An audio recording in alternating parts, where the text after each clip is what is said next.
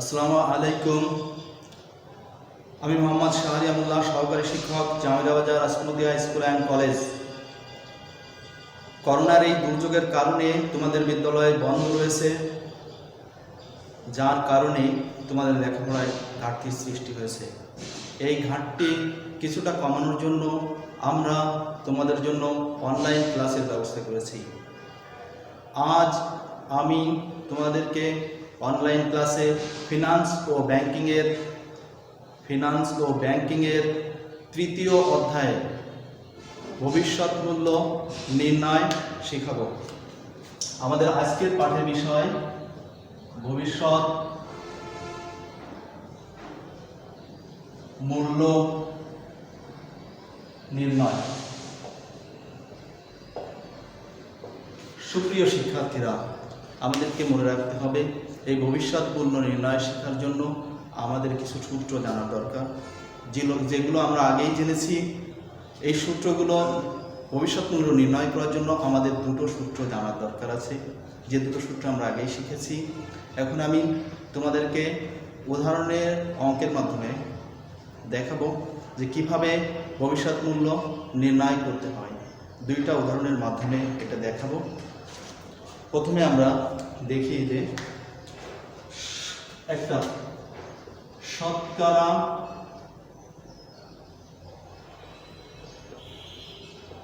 10% হার, শতকরা 10% হার সুদে, শতকরা 10% হার সুদে বর্তমানে 1000 টাকা,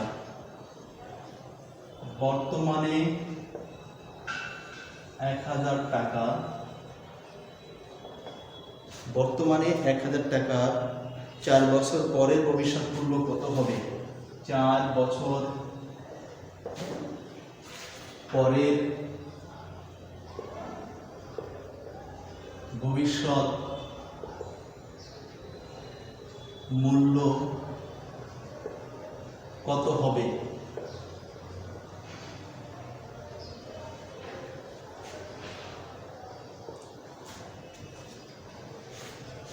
আমরা দেখব যে শতকরা 10% সুদে বর্তমানে 1000 টাকা 4 বছর পরে ভবিষ্যৎ মূল্য কত হবে। আমরা এখানে সূত্রটা আমাদের আগে জানা আছে, আমরা জানি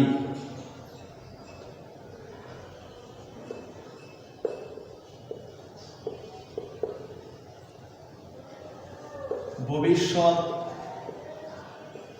মূল্য এফ ভি সমান সমান পিভি ইন্টু 1 যোগ I to the power n।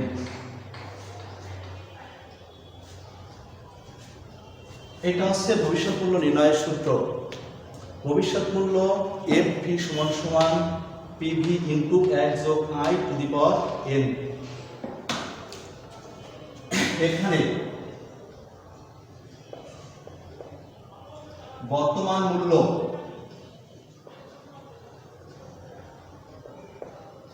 PV সমান সমান, দেখো আমাদের দেখতে হবে বর্তমান মূল্য পিভি, বর্তমান মূল্য দেওয়া আছে 1000 টাকা,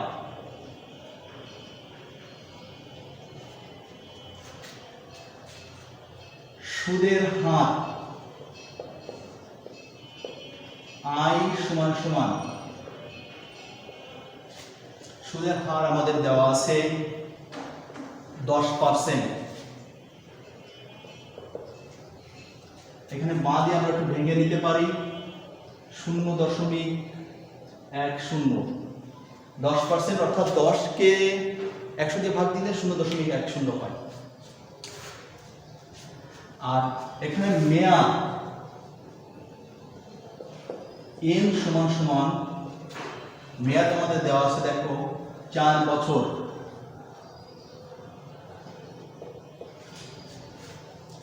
আমরা এই মানটা বের করার পরে এই মানটা যদি আমরা এই অঙ্কে মান বসায় দিলেই আমাদের অঙ্কের উত্তরটা আমরা পেয়ে যাব।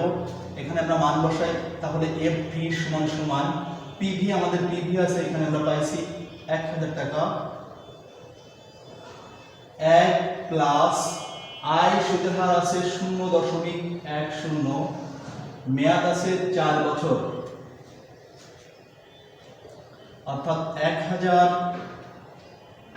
ইনটু 1.10 পাওয়ার 4।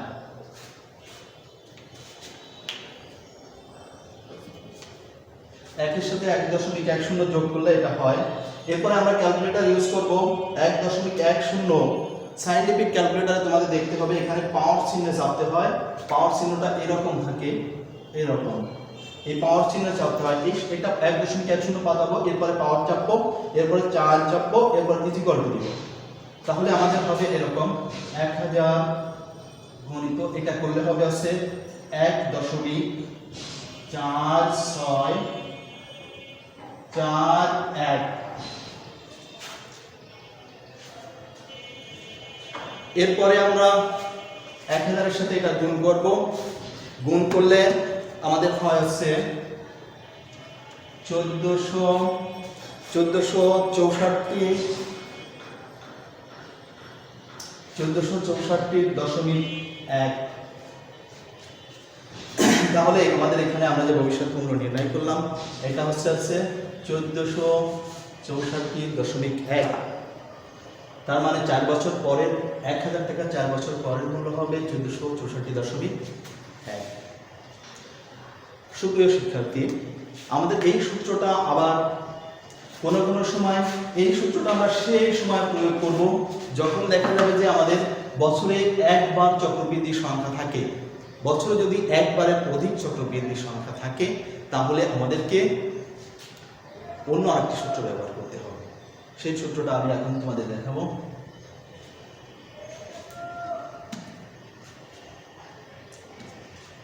এখন আমার জায়গা কম থাকার কারণে এটা আমি মুছে দিলাম।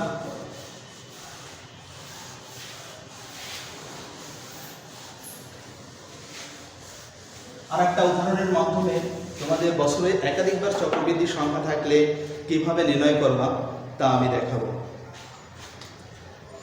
যদি তুমি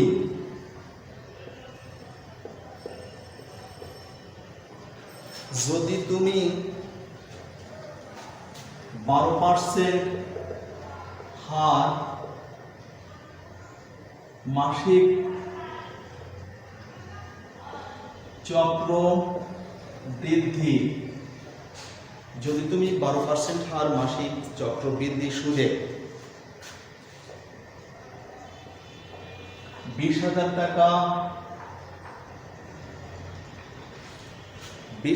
টাকা ব্যাংকে জমা রাখো,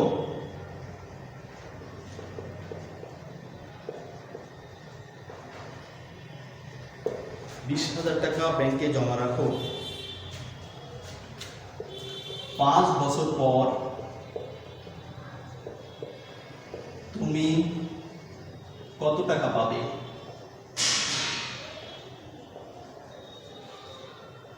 ভবিষ্যৎ মূল্য নির্ণয়ের জন্য সাধারণত এই দুইটা অপশন আছে। একটাই দেখা যায় যে বছরে একবার চক্রবৃদ্ধি সংখ্যা থাকে, আর তোমাদের মনে রাখতে হবে। আর এইখানে দেখা যাচ্ছে যে মাসিক চক্রবৃদ্ধি সুদে কতটা লেখা আছে, এই অঙ্কটায় মাসিক চক্রবৃদ্ধি সুদে লেখা আছে।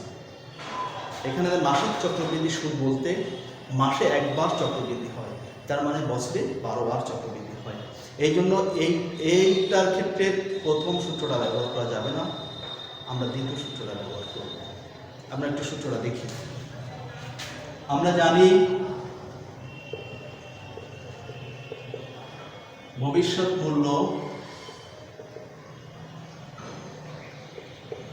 FV সমান PV ইন্টু 1 যোগ I ভাগ M to the power N গুণ M।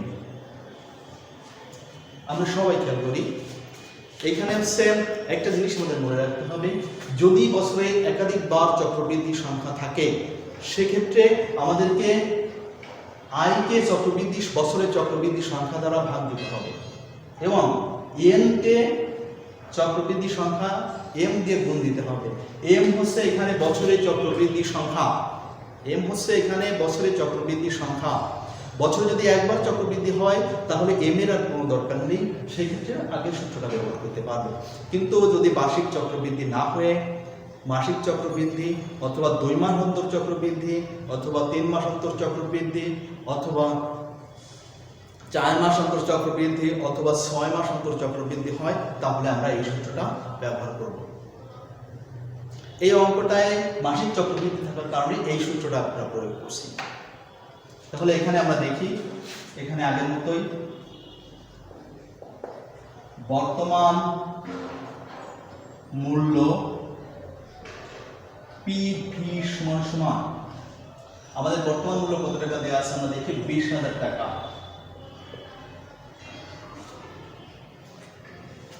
সুদের হার আই সমান সমান, এখানে আছে দেখো 12% বা 0.12, 12কে 100 দিয়ে ভাগ দিলে 0.12 হয়। মেয়াদ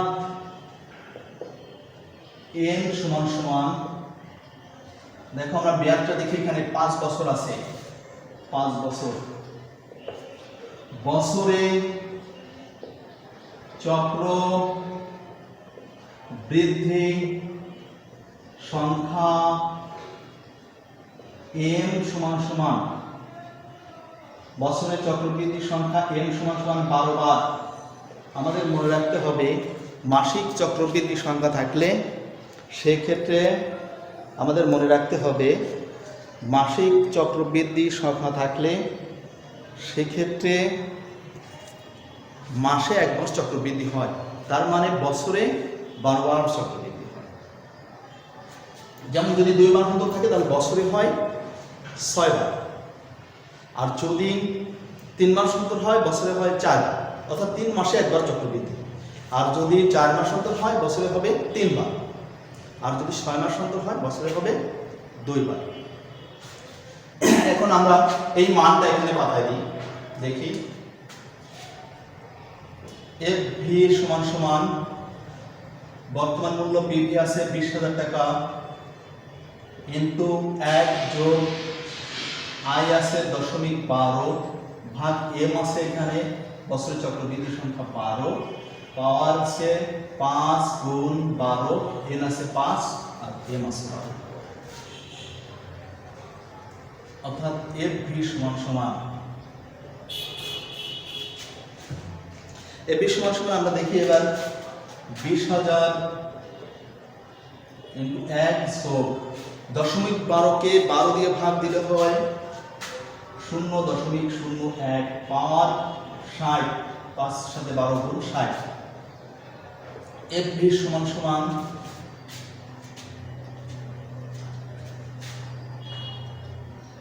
20,000 ইন্টু 1.01, এটা যোগ করলাম পাওয়ার 60 সমান সমান 20,000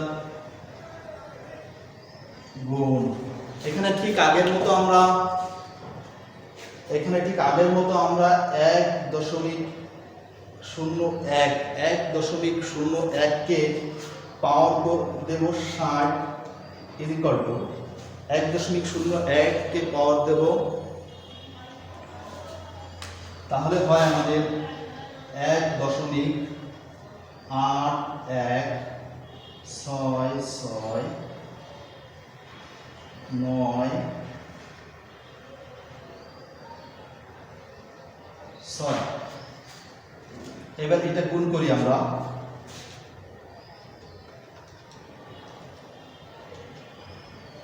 তাহলে আমাদের হয় 36,333.93।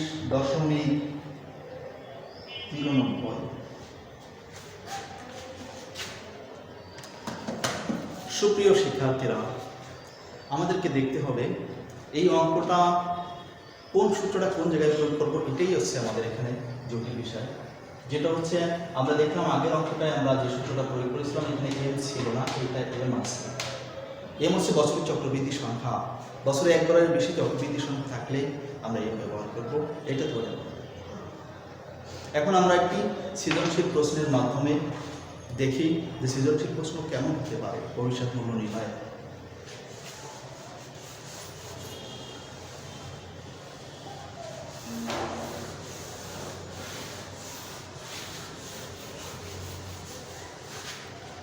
আমি উদাহরণ একটা অঙ্ক লিখি তোমাদের সৃজনশীল প্রশ্নে।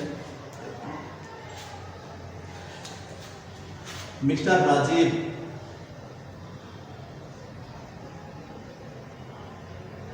তার জমাকৃত মিস্টার রাজীব তার জমাকৃত 30,000 টাকা মিস্টার রাজীব তার জমাকৃত 30,000 টাকা 6 বছরের জন্য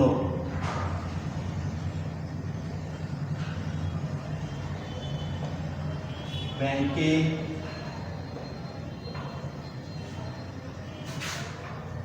জমা রাখতে চায়।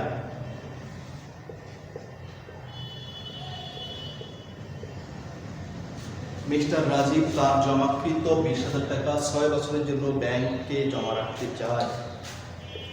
ক ব্যাংক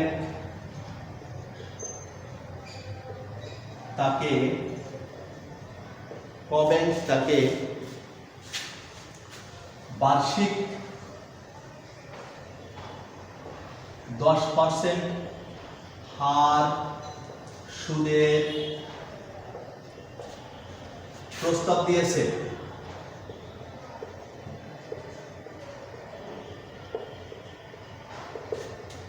খ ব্যাংক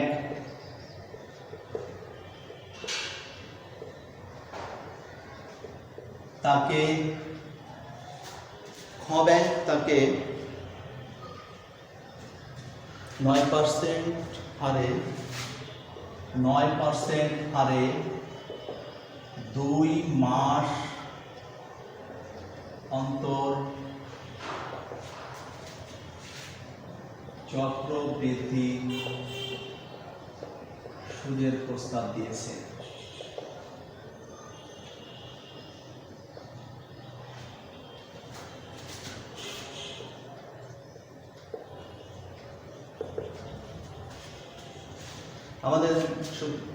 এখানে আমাদের দেখতে হবে মিস্টার রাজীব তার জমাকৃত 30,000 টাকা 6 বছরের জন্য ব্যাংকে জমা রাখতে চায়। ক ব্যাংক তাকে বার্ষিক 10% হার সুদের প্রস্তাব দিয়েছে। খ ব্যাংক তাকে 9% হারে 2 মাস অন্তর চক্রবৃদ্ধি সুদের প্রস্তাব দিয়েছে। এখানে ক আর খ যেহেতু সৃজনশীল প্রশ্নের তোমাদের অঙ্কর প্রশ্ন পড়ে না, এই ফিনান্স ও ব্যাংকিং এ ক আর খ অঙ্ক থাকে না, এই জন্য আমি এখানে গ আর ঘ শুধু দেখাবো। গ নম্বর প্রশ্ন,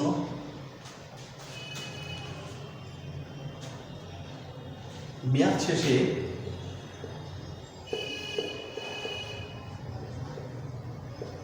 ক ব্যাংক থেকে মিস্টার রাজীব কত টাকা পাবে?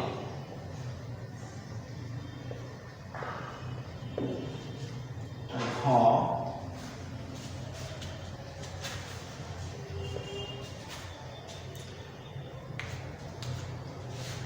মিস্টার রাজীব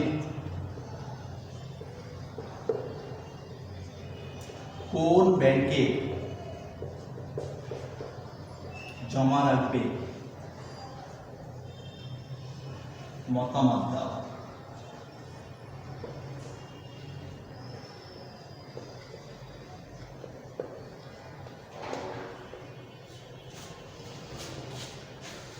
একটা সৃজনশীল প্রশ্ন, ক আর খ যেহেতু অঙ্ক থাকে না, আমরা এখানে ক এবং ঘ নম্বরে অঙ্কটা দিই। গ নম্বরের উত্তরটা আমরা করি প্রথমে।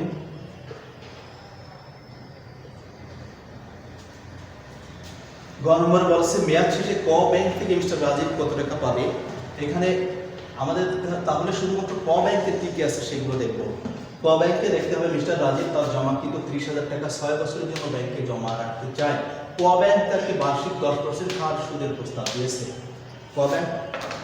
সুপ্রিয় শিক্ষার্থী, আমরা দেখি এখানে আমরা প্রথম সূত্রটা ব্যবহার করব, কারণ বার্ষিক চক্রবৃদ্ধির কথা বলা আছে। বার্ষিক চক্রবৃদ্ধির কথা বলা থাকার কারণে আমরা প্রথম সূত্র ব্যবহার করব। এখানে বর্তমান মূল্য পিবি সমান 30,000 টাকা, সুদের হার আই সমান 10, মেয়াদ এন সমান 6 বছর। এখন আমরা মানটা পাতাই। পিভি আমাদের আছে 30,000 টাকা, ইন্টু 1 যোগ আই হচ্ছে 0.10 পাওয়ার 6 সমান সমান 30,000 ইন্টু 1.10 পাওয়ার 6 30,000 ইন্টু আমরা এবার 1.1 কে পাওয়ার 6 করি।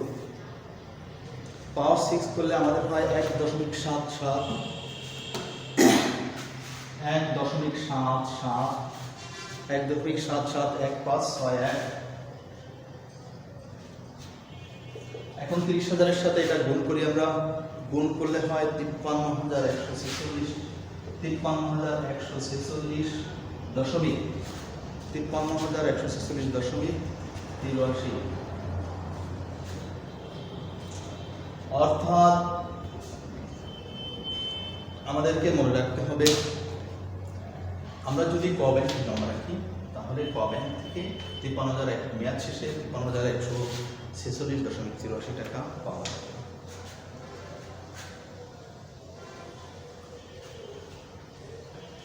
গ নম্বরের অঙ্কটা আমরা মুছে দিই, এবার মুছে দিয়ে জায়গা কম থাকার কারণে আমরা ঘ নম্বরেরটা আবার নিচেই করি। গ নম্বরে এই আনসারটা আমাদের লাগবে না, এখানে লিখে রাখবো ক ব্যাংক 53,146.83।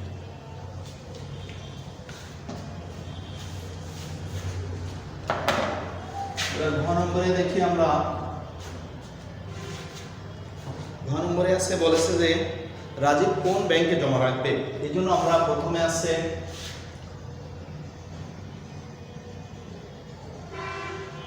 খ ব্যাংকে জমা রাখলে কত টাকা পাবে এটা আমরা বের করি, তারপরে ক ব্যাংকের সাথে আমরা তুলনা করে কত হবে।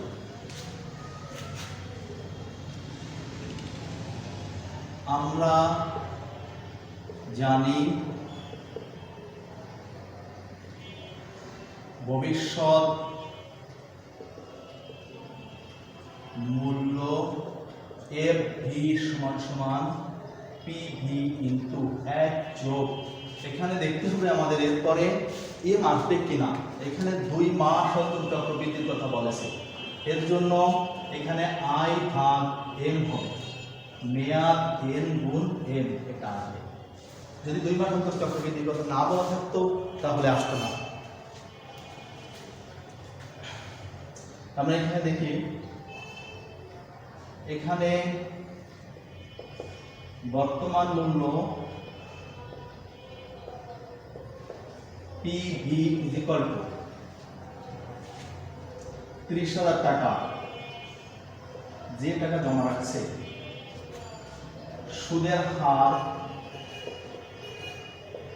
আই সমান সমান খ ব্যাংকের সুদের হার 9%, খেয়াল রাখতে হবে 9% বা 0.09, 9 কে 100 দিয়ে ভাগ দিলে এটা হয়। মেয়াদ এন সমান সমান 6 বছর,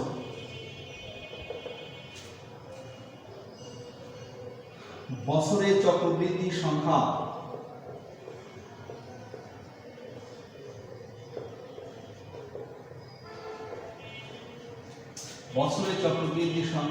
এম সমান সমান, এখানে 2 মাস অন্তর চক্রবৃদ্ধি সংখ্যা মানে 2 মাসে একবার, তাহলে 1 বছরে হবে আছে 6 বার, 2 মাসে একবার, তাহলে 1 বছরে হবে আমাদের 6 বার। এখন আমরা মান পাতাই দেখি, পিভি আছে এখানে 30,000 টাকা, 1 যোগ আই আছে 0.09 সুদের হার, এম আছে 6, পাওয়ার আছে এন আছে 6 গুণ 6 বছর আর 6 বার, 30,000 ইন্টু 1 যোগ এখানে 0.09 কে 6 দিয়ে ভাগ দিলে হবে, 0.09 কে 6 দিয়ে ভাগ দিয়ে আমরা এখানে কম করি, এর সাথে 1 যোগ করলে আমরা পাবো 1.015 পাওয়ার হবে 36।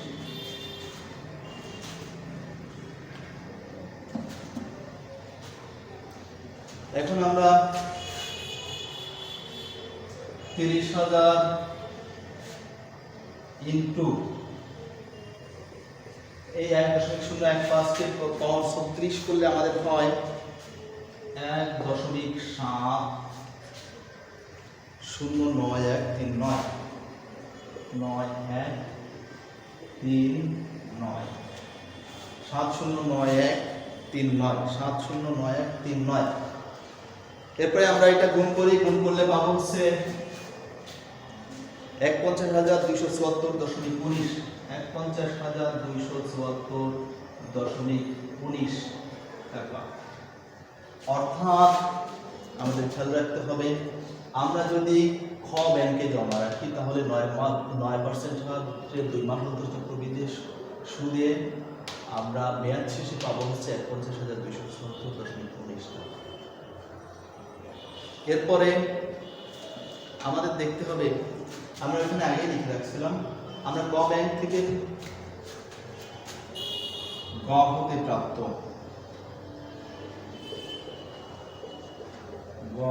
প্রাপ্ত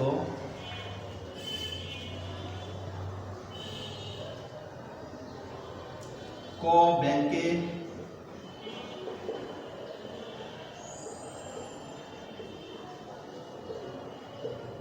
মেয়াদ শেষে জমা রাখলে মেয়াদ শেষে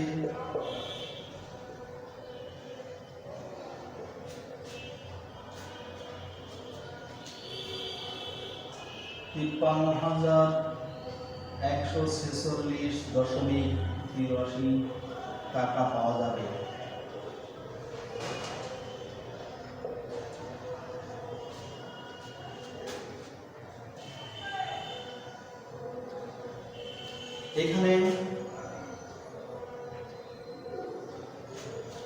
এখানে খ ব্যাংকে জমা রাখলে আমরা দেখছি, খ ব্যাংকে জমা রাখলে পাওয়া যাবে 51,274.19 টাকা, আর ক ব্যাংকে পাওয়া যাবে 53,146 টাকা। আমরা দেখছি যে ক ব্যাংকে বেশি টাকা পাওয়া যাবে, ক ব্যাংকে জমা রাখলে বেশি টাকা পাওয়া যাবে, তাহলে আমরা অবশ্যই ক ব্যাংকে জমা রাখবো। তাহলে আমরা এভাবে লিখতে পারি, ক ব্যাংকে জমা রাখলে 53,146.83 মাইনাস 51,274.19 সমান 1872.64 টাকা বেশি পাওয়া যাবে।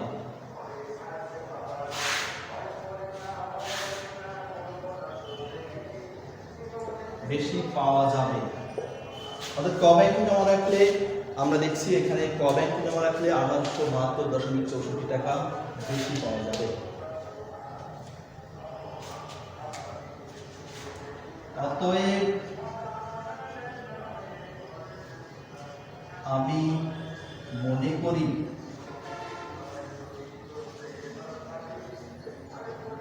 মিস্টার রাজীব ক ব্যাংকে জমা রাখবে।